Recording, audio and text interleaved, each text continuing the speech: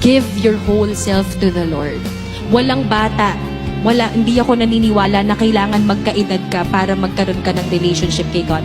That's not true. Every one of us, each one of us, God is calling us to have a relationship with Him. At nasa sa atin yun, how we will really draw ourselves to know God. Study the Bible, read the Word.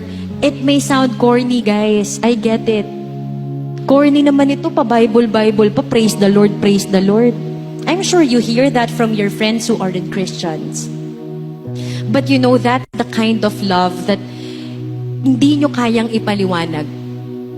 And that's my prayer for each one of you. You know, kanina nung nagpe-praise and worship, Renzo, I don't know what's with me, but I was really in tears. And you know, I really felt that God's presence is here with you guys. And you know, nakikita ko kayo na nakatayo, lumalapit sa stage, and you know, while worshiping, people were jumping and just, you know, worshiping God, and you guys are young.